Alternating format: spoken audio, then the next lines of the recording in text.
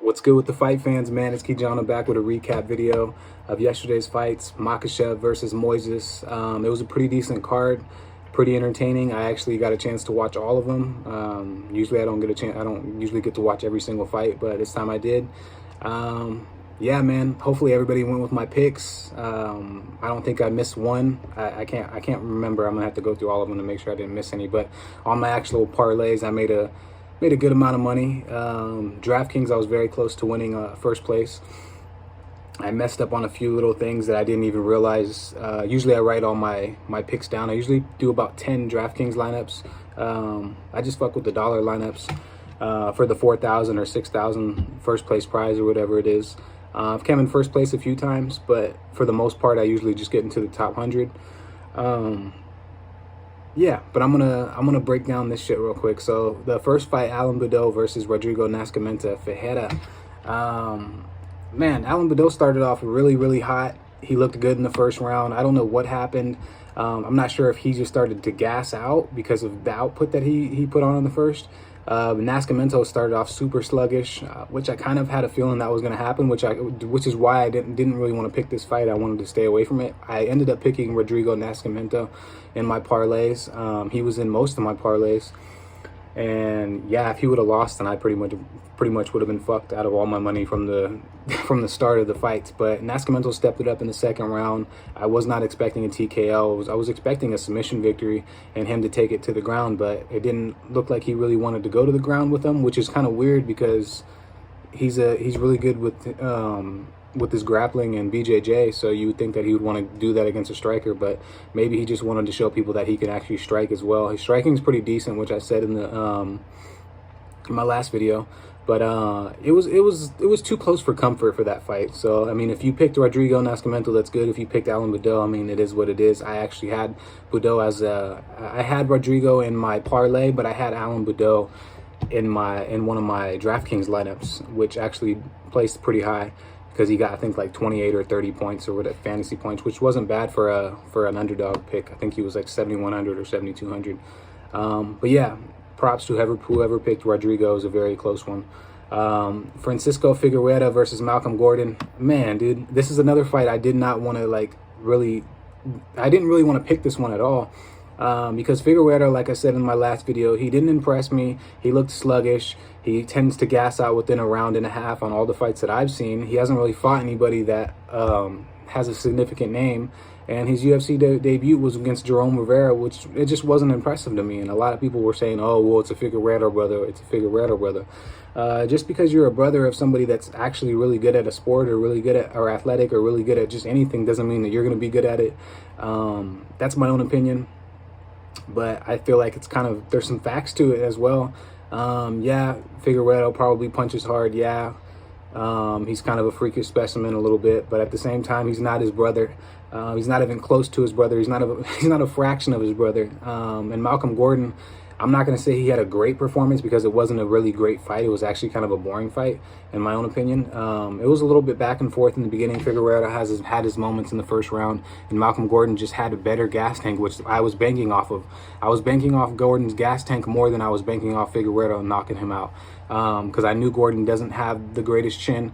But for a plus 245 compared to a negative 310, Gordon all the way against this guy, because Figueroa just didn't have anything to show in his first fight in his UFC debut. So, I mean, yeah, man, props to Malcolm Gordon for probably getting the chance to keep his job.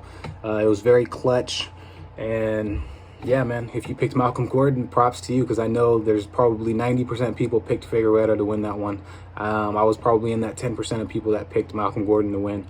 I wish I would have stuck with him on DraftKings. I ended up picking Budo instead of Malcolm Gordon, but I did pick Malcolm Gordon in my parlays. So I got to kind of map that out a little bit better, because when you do your parlays, it's totally different compared to when you're doing your DraftKings lineups. You're banking off fantasy points compared to somebody just winning a round or winning the whole entire fight. I always bank off of somebody just winning the whole entire fight, and that's how I usually do my That's how I usually do my parlays, and I usually win more on my parlays than I do on DraftKings. DraftKings is very hit or miss with the fantasy points and their whole new way of calculating the points with control time and just everything that they've done since I started. It used to be only 5. You pick 5 fighters. Now you pick 6 fighters. The control time, the significant strikes. Now they add up total strikes as well. So yeah, transition. Sometimes your transitions won't get counted. Sometimes they won't count takedowns. That was obviously a takedown. So DraftKings is a little hit or miss. I prefer doing just parlays and straight wagers. But yeah, props to Malcolm Gordon. Next fight, Khalid Taha versus Sergey Morizov. This one I was a little wishy-washy on, but at the same time, I knew that Sergey probably had a little bit of a better gas tank, and he was more well-rounded. And at a plus 115, you can't go wrong with that. I picked Sergey to win, but Khalid Taha didn't look horrible. He just didn't have any answer for the ground, and that's pretty much was his downfall. That's what I figured it was going to be. I knew he could hit hard. I knew he hits hard. I knew he could probably clip Sergey with something, but it just wasn't his night. Sergey got the job done. That was a great underdog pick. And it was an underdog fucking card for sure, because Malcolm Gordon, great underdog pick. Sergey Morizov, great underdog pick. Rodrigo, I mean, Alan Budo wasn't even a bad underdog pick. If you had him in your lineups, it wasn't a bad pick. I mean, because that was a really could have went either way, especially for heavyweight fights. Heavyweight fights, I feel like, can go either way, and a lot of the chick fights can go either way for the most part. Next fight, Amanda Lemos versus Montserrat Ruiz. Man, I fucked up big on this one towards the end of my lineups. I did go with Amanda Lemos for most of my DraftKings lineups, but on some of my Bovada lineups, my parlays, I fucked up by switching Ruiz as an underdog. She was such a big underdog, and I kind of wanted to do mostly underdogs on this card, and just a few favorites. And I shouldn't have watched other people's fight prediction videos after I did my own. Sometimes I do that, and it makes me second guess my own picks, even though my own picks are like 10 for 12, 11 for 12, 11 for 13, 12 for 13. They're more than a lot of the other people that are making these videos that have a shitload of subscribers. If you go back into all my videos, you'll see that I'm usually only wrong about 1 or 2 fighters. And that's not really to toot my own horn. That's just how it is. That's just facts. But yeah, Montserrat Ruiz, she got fucking pieced up. I knew that Amanda Lemos was just a better kickboxer, and she has the body type to be just really great in that division. She's got long legs, long arms. She's lean, and she has really good cardio. So yeah, Ruiz just didn't have an answer. A lot of people were saying that was an early stoppage. I think it was a good stoppage because she was just going to get pieced up more on the ground from Lemos. And Ruiz really only has that one little throw that she does, or she gets you in a headlock and she tosses you over. I don't even know the name of it, but anybody that does judo probably does know the name. It's a cool little throw, but that's all she was doing in her last fight. It wasn't impressive. I knew Lemos was going to win, but people made me second guess my own picks, which has happened a few times. But for the most part, I usually go with my own picks. This time, on DraftKings, I ended up. Or not DraftKings, but on Bovada, I ended up taking out Lemos on most of my parlays, and I went with Ruiz, which was I probably would have came up, I don't know, a good amount of fucking money, that's for sure. Still came up a good chunk, a good little chunk of change, but nothing like major. I didn't hit huge this time like I have in the past. So yeah, props to Lemos. She looked phenomenal in that fight. Next fight, Daniel Rodriguez, D-Rod versus Preston Parsons. Preston Parsons, yeah, he got fucked up. Daniel Rodriguez has really good boxing fundamentals. I said it in my previous video. I've picked Daniel Rodriguez in every single one of his fights, and honestly, he should be undefeated. He should have never lost to Nicholas Dalby. I felt like he won that fight. A lot of people felt like he won that fight. And Daniel Rodriguez is really good, dude. He's a wide body as well. It's hard to take him down. He's very flat-footed, but he's got power, and he knows he's got boxing fundamentals. He uses that jab and that cross very well, throws it uppercut every now and then, and he actually moves his fucking head, dude. So you don't see that too often in the UFC. Daniel Rodriguez is going to go far in that division. He's really good, and I'm interested, and he's good with his BJJ. So I mean, if it went to the ground, I wouldn't be surprised that he could have got a submission over Parsons. Props to Parsons for coming in on short notice and actually taking a really tough fight, because that is a hard fight to go against in your debut for anybody. Yeah, Daniel Rodriguez is the man. He was in all my parlays. Yeah, okay, we're going into the main card. Gabriel Benitez, Mowgli versus Billy Q Quarantillo.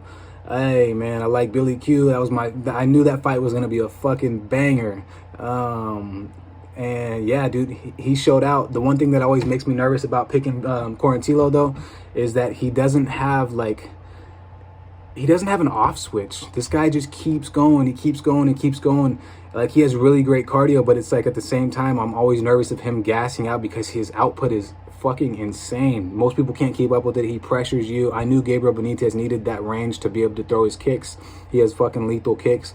But if Billy was basically his kryptonite. Gabriel did drop him in the third round. I got nervous because Billy started looking tired, but he just kept coming. He kept coming. He kept coming. Benitez looked like he actually had a little bit of better cardio considering he was on the ground for most of the fight after he got dropped, and Billy was just controlling him for most of it. At a plus 145, I don't know how he was an underdog in this one. I honestly don't know. I'm happy that he was. He made me money. Thanks, Billy. It was much appreciated. Yeah, man, another underdog for the picks. It was good. I picked Billy on that one, so it worked. Next fight, Adolfo Vietto versus Destin Stolfest. This is another fight I didn't really want to pick. I wanted to stay away from. I ended up picking Adolfo Vietto. I did pick Destin Stolfest as an underdog in my DraftKings lineup because he was so cheap, and there was a chance of him winning. There really was. He's not very good, but neither is Adolfo. Destin Stolfest's hands are kind of trash, honestly, especially seeing that he got out jabbed. His whole face was bloody from just the jab. He doesn't know how to move his head. I don't want to bash the guy because he is in the ring. I'm not in the ring. I'm just commentating on the shit. But to not have any head movement in this game is just, I don't know, man. I don't know how these guys are not training with boxers and not learning how to move their fucking head. I know this is mixed martial arts, but at the same time, you got to be able to slip punches and shit, dude. You can't just walk in his fucking straight jabs. Adolfo Vieta's jab wasn't even that fast. It was just, I don't even know, man. I honestly don't know. Props to Adolfo. He didn't really show that much other than that jab and a decent little cross. He showed a little bit more confidence in this fight, so that was good. I don't think he's going to go super, super far in this because he doesn't really look like he enjoys fighting. He looks like he enjoys jiu-jitsu, but he doesn't look like he enjoys actually being punched and punching. He looks a little awkward in there, actually. But I mean, props to the dude. The guy's a fucking tank. It's funny when Michael Bisping commented on him, like, how he was seeing a psychologist and all this stuff to get his mental shit correct or whatever and help with his cardio. What he said was true, man. This guy just needs to run and lose some. He doesn't have any fat to lose. He needs to lose some muscle. I mean, it's kind of weird to say that. Most people don't want to lose muscle, but he's just too beefy. The guy needs to lose a little bit of muscle, and maybe his cardio will actually improve. And he just needs to run just for the cardiovascular portion of it to keep that cardio. But his cardio looked pretty fucking good in this fight. But at the same time, he wasn't pushed.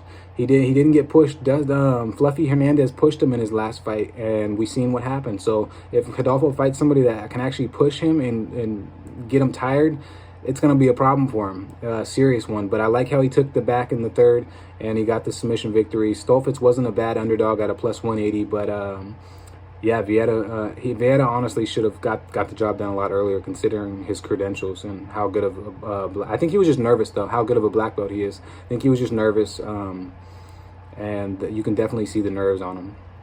Next fight, Jeremy Stephens versus Mateus Gamrot. Gamrot. Fuck yeah, dude. I like Gamrot, dude. That guy's got a lot of energy. It's dope. He sounds like a fucking villain in Venom or some kind of shit. He sounds like a villain in a superhero movie or something. I like the name. I like his style. He's very well-rounded. He finished the job very quickly. He must be strong because you don't see too many people pulling off Kimuras anymore in the UFC. That's a very hard submission to get. You have to have serious strength and you have to have serious leverage and no body position to be able to get that submission. It seems like it's funny because it's really easy submission to get somebody into, but it's not an easy submission to pull off. You got to be fucking strong to get that shit, dude, and really know your own strength and know your opponent's strength once you actually get into a grappling position with them. And Jeremy Stephens was obviously going to be outmatched in the grappling department. He always is. Doesn't really seem like he's improved on the grappling. I've talked in multiple videos in the past that he's pretty much the same fighter that he was when he got into the UFC. He looks to knock your head off, but everybody knows your game plan, dude, because that's your only game plan. You've been doing the same thing for however many years. It's cool. It's really cool to see a knockout. Jeremy Stephens is exciting to watch, but at the same time, like, you got to change shit up, dude. Like, it's called mixed martial arts for a reason. Like, you're supposed to mix it up. You're supposed to evolve as the sport evolves, and he's not really evolving anymore. I think he should retire, or maybe go to bare knuckle or something like that. He would be a fucking savage in bare knuckle. Jeremy Stephens would be a savage in bare knuckle. He needs to go to bare knuckle, but he's not really a great mixed martial artist. Maybe back in the day when he first got in, he was doing work and shit like that. But he's getting older. He's had however many fights, 30 fights or 34 fights, they said. He's almost like the top dog in fights. 37 fights is the most or some shit in the UFC. So he's been around for a fucking while. But props to Gamrot, man. That was a great performance. I had him in almost all my DraftKings lineups. 8,600 pick. And I had him in a few of my parlays. Yeah, that was a really good pick. Marion Renault versus Misha Tate. I just felt like Marion Renault just didn't have it in her anymore. I don't feel like she really wanted to be in the ring anymore. And yeah, I mean, there's not really, I don't think Misha Tate looked phenomenal. A lot of people are saying that she looked really good. She looked good considering she hasn't been in the ring for almost 5 years, but I don't think if she fights a top 5 opponent, I don't think she's gonna do what she did to Marion Renault at all. But who knows? I could be wrong. Tate, she looked pretty good. I'll give her props for the win. It was a nice win. But yeah, I picked her in most of my lineups, DraftKings, and also on my parlays. She was kind of a lock, honestly, a little bit. I was a little hesitant to pick her, thinking Renault wanted to come out with a bang for her last fight, her retirement fight, but I guess I was wrong. Actually, I wasn't wrong. I was right, because I picked Misha Tate. But it wasn't Renault wasn't a bad underdog pick, I don't think. I just felt like she doesn't have a gas tank anymore, and she doesn't really want to fight anymore. She's moving on to bigger and better things, probably. So props to Misha Tate. But the next fight, the main fucking event, Islam Makhachev versus Thiago Moises. Yeah, I already knew that it was going to go in Islam's favor. I don't think Thiago Moises should be in really a top 15 guy. But Islam's definitely a top 5 to top 10 guy. A lot of people are bashing him, saying that it wasn't an impressive performance. It was boring, this and that. Okay, get the fuck out of here, dude. I thought it was an impressive performance. I thought, of course, I think he could fight better opponents that'll make him look more impressive, but it was still a dominant performance. Thiago Moises didn't really have much to prove or much to do in the fight. His grappling just it was out of the picture, and Thiago's known for his grappling. Islam just completely shut it down. Islam's the truth, man. He's only lost one time. He got clipped. Forgot who it was. He got clipped and he got KO'd. But Islam's the man, dude. He looked huge for the weight class. All the Dagestani fighters usually cut a lot of weight, and it plays to their advantage. They got beefy body frames, and they really know their fucking wrestling, sambo, and just body positioning and placement and all that shit on the ground. This guy's gonna be he's gonna be good, dude. He's gonna beat a lot of people with his groundwork, and I feel like he didn't get tested to the point where we need to see him tested, but I think it was good enough to see him go past 3 rounds and get into the 4th. That was nice to see. But it was a great performance from my perspective. Like I said, a lot of people were bashing him, saying it wasn't that good of a fight. He's not going to be able to beat any top opponents, this and that. I think he's really going to be able to beat a lot of top opponents. I'll be picking Islam in most of most of the fights that are coming up. It doesn't really matter who he's fighting. I'll probably be picking him because his grappling is that good, and his striking actually looks pretty good too. So that's my recap video, man.